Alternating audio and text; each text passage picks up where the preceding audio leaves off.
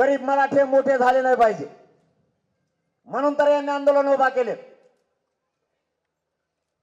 खूप टोळ्या माझ्या विरोधात उभा आहेत सध्या। देवेंद्र फडणवीस सगळे आमदार माझ्या विरोधात उभा केलेत। काही संघटना काही समन्वयक उभा केलेत ज्यांना काही किंमतच नाहीये असे अभ्यासक सुद्धा काही जण या बोलायला लागलेत। ही सगळी चाल देवेंद्र फडणवीसांची आहे। का तुम्ही माझा मराठा संपवायला निघालात हा प्रश्न आहे माझा या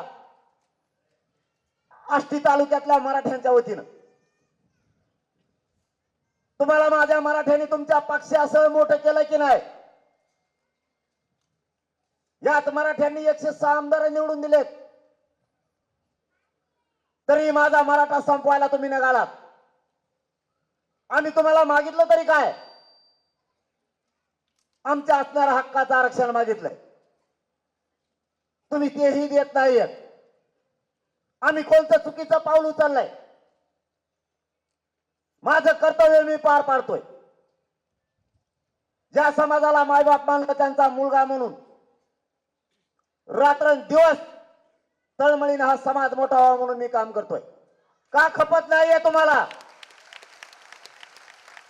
गरिबाच्या पोरांनी लढे उभे करू नाही का? गरिबांचा लढा उभा राहिलाय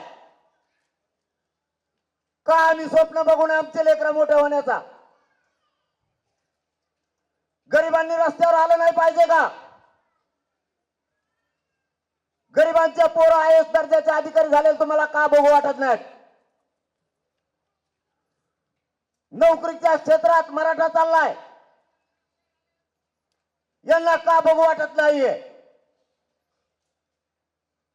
मी काय इमानदारीनं लढू नये असं देवेंद्र फडणवीसांना वाटतंय। मी सरकारला मॅनेज होत नाहीये, मी फुटत सुद्धा नाही। मी माझा प्रामाणिकपणा आणि माझी निष्ठा समाजाच्या पायावर ठेवली। मी काय विकावी? मला मोठं होण्यासाठी हा लढा नाहीये किंवा सरकारचं मी ऐकावं यासाठी पण हा लढा नाहीये। हा आरपारचा शेवटचा मराठ्यांचा लढा आहे। स्वतःच्या लेकराच्या न्यायासाठी आहे। माझ्या स्वार्थासाठी ही लढाई नाहीये आणि आमदार खासदार मंत्री यांच्या स्वार्थासाठी अजिबात नाहीये। माझा गरीब मराठा मोठा व्हावा यासाठी हा संघर्ष सुरू आहे। मी इमानदारीने काम करतोय, यांच्या पत्नी पडत नाहीये। यांना यांच्या ऐकण्यातले लोक लागतायत। यांनी आंदोलन उभा केले जाता त्यांच्याच ऐकण्यातले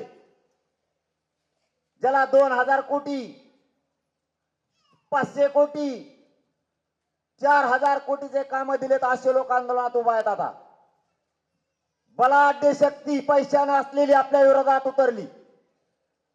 गरीब मराठ्यांना तुम्हाला सांगतो 50,000 कोटीची बलाढ्य शक्ती जरी मराठ्यांच्या पुढे उतरली तरी मराठ्यांच्या मनगटाला गरीबाच्या मनगटाला मनगट लावायची ताकद यांच्यात कोणाचाच नाही। तुम्ही फक्त एकजूट राहा। तुम्ही भाजप शिवसेना राष्ट्रवादी काँग्रेस करू नका। यांना मी एकटा वटणीवर आणतो। नुसतं वटणीवरच आणत नाही, यांना दर दिवस गाला संकट व्हायची वेळ येईल इतका यांना बेजार करतो।